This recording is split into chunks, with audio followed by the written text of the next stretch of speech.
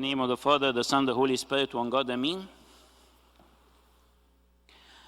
The Gospel of today is part of John chapter 6.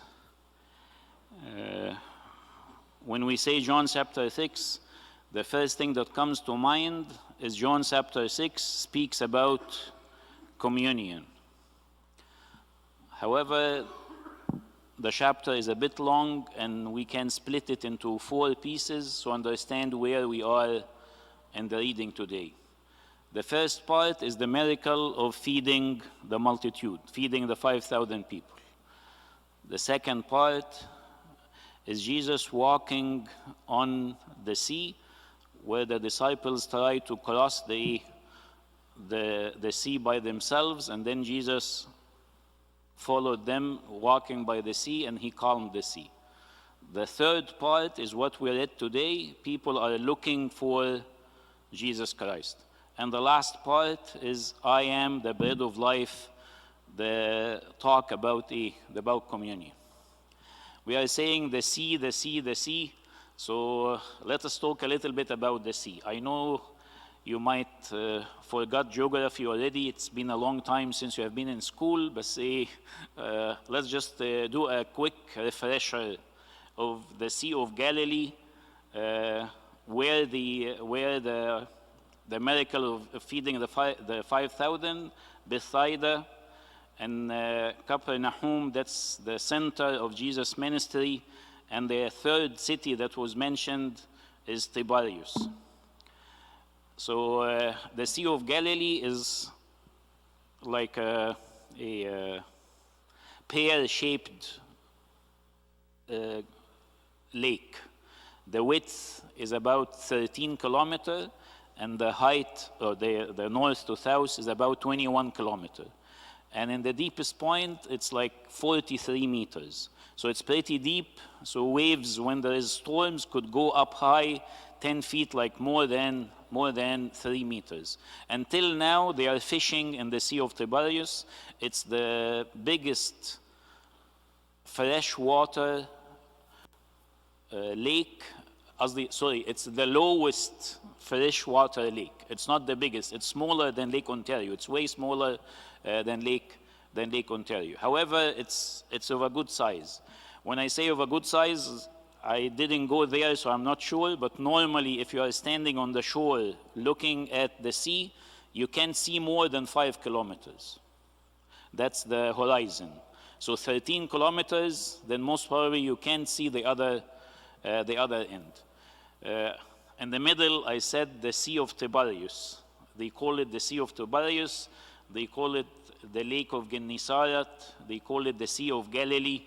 It has different names throughout the gospel, but it's the same body of water, the Sea of Galilee, the sea that's in the middle of Galilee, where Tiberias and Capernaum are like on the west side. Like I am in the east side, that's where Bethsaida is. At the women's side and the men's side, this is like where Capernaum and Tiberias. Christ fed the people. After feeding the people were marveling, and if someone was here in the Vespers, we read this part in the Vespers last night. The people tried to take him by force and make him king. After feeding the 5,000, they tried to take him by force and make him king. Jesus told them, this is not why I am here. And he left and went alone into the mountain. His disciples took the last boat and they crossed the sea. They left around the end of the night. Those 13 kilometer widths, they take normally like 2 hours. Those small boats, they move like 6 kilometers an hour, so those is like 2 hours and a bit. However, because of the storm, they stayed fighting for the whole night, and Christ came walking and calmed the sea, and right away they were on the other side. The people didn't know of Christ moving in the water. They just saw Christ staying there, and they saw the people, the disciples crossing. So the next day, they are coming to look for Christ. So they took their boats, they went to Bethsaida. If you remember, Bethsaida is a deserted place. No one is living there. It's just an area that is deserted. It's a big field where Christ can sit with the people. So the people came from Capernaum. They crossed the lake. Some other people came from Tiberias, from the other side as well. Everyone is coming toward the east where they thought Christ is there. They went there. They couldn't find him. So they went back to Capernaum. They rowed their boats for 2 hours this way, and then 2 hours this way, looking for Christ. And then a very short conversation happened there. On the following day, when the people who were standing on the other side of the sea saw that there was no other boat there except that one which his disciple had entered, and that Jesus had not entered the boat, his disciples, but the disciples had gone away alone. This is the little story that we told. When they found him on the other side of the sea, they said to him, "Rabbi, when did you come here?" You have been searching for Christ for 4 hours, and the day before you wanted to take him and make him a king. And now, after you find him, this is all what you can say? Rabbi, when did you come here? Does this sound familiar or does not sound familiar?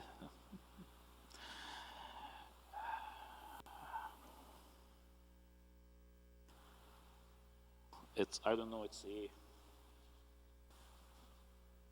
7 and a bit. I'm not an early riser, but I had to wake up a bit early today and be here before 6 o'clock. And then I am standing half asleep in the church. Am I similar to those guys who are wasting their time to meet Christ, and when they meet him, they are not here? It's a good question that I need to ask myself, and every one of us need to ask himself. Yes, I take this time out of my day, and I need to look for Christ, but when I see him, I need to talk to him in the right manner, in the right way. I need to enjoy being with him. I need to do what he wants me to do, is to take him into my life, to be united with him. We take his body and his blood to abide in him.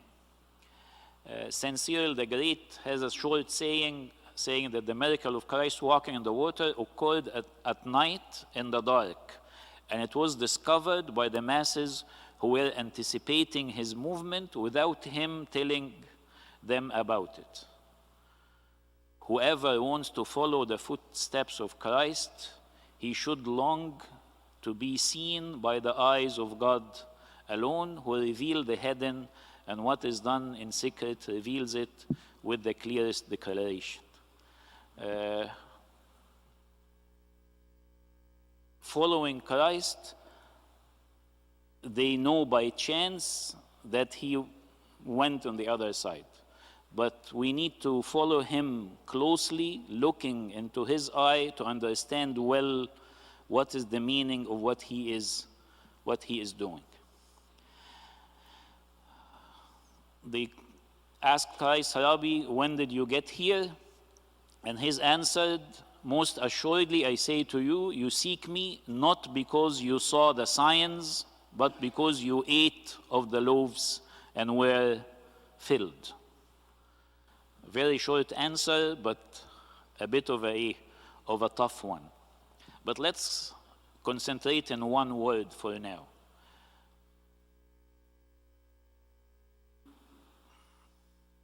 Most assuredly I say to you, you seek me not because you saw the signs.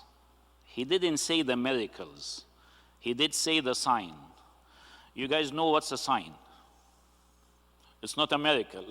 The sign, the billboard sign when you are walking on the highway, or just the sign on the highway where you turn, both, yes, both, but here he wanted to, that's the meaning he wants us to look for. Christ is not making a miracle for the show. He's making a sign for us to understand something, to give us a certain direction. So you cannot look at the sign, yes, this sign is nice and blue and this sign is nice and green, and then you hit the curb. No, you need to read the sign, understand what's behind the sign. Miracles are not for the face value of it, but God normally have a deeper meaning behind that we need to understand why he does this. Because if we understand why he does this, we will also understand why in a very similar case he wants to do the same thing. And this is sometimes a big problem in our daily life now.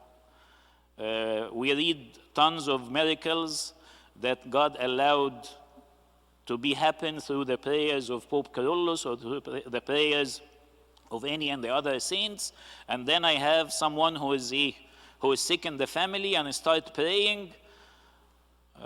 Why God did not answer my prayer? He does not love me.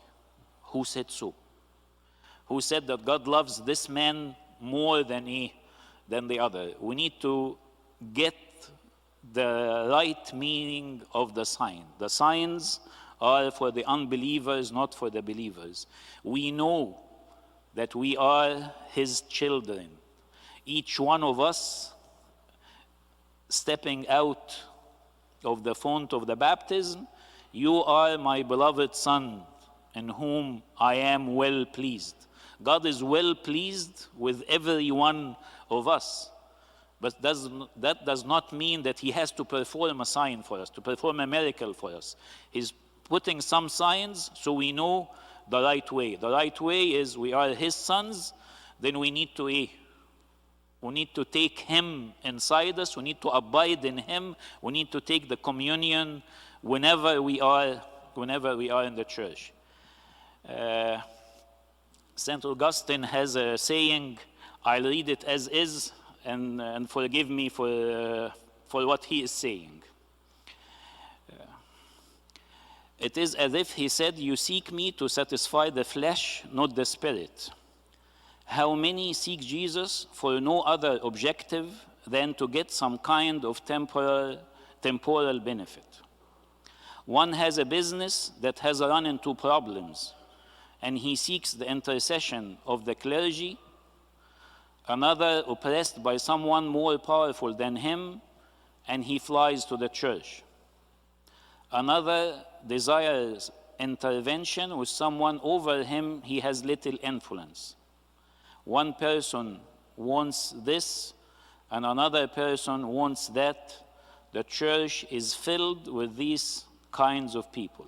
The Kalam St. Augustine long time ago. It's not my word, sorry. I am one of those. Whenever I am in trouble, and Christ did say that. Remember me in the time of your trouble, and I will save you. But then we need to go back and glorify him. Sometimes we stick to the first part of the verse, and we forget. You seek me for something else. Do we seek Christ for his own, or we seek him for something materialistic? Remember what he said, ask for the kingdom of heaven, and all this will be given to you. I am guilty as I am speaking, because lots of time I do pray for material things. God, knows our weakness. He expected this from us as well. But he's trying to give us a sign. Please be careful. Look for me.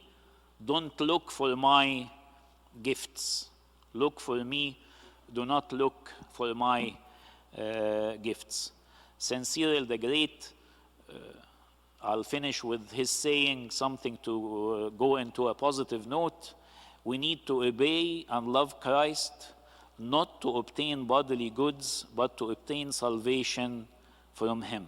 We are following Christ to obtain salvation from him, to abide in him, and to live with him from now until eternity. Glory be to God forever and ever.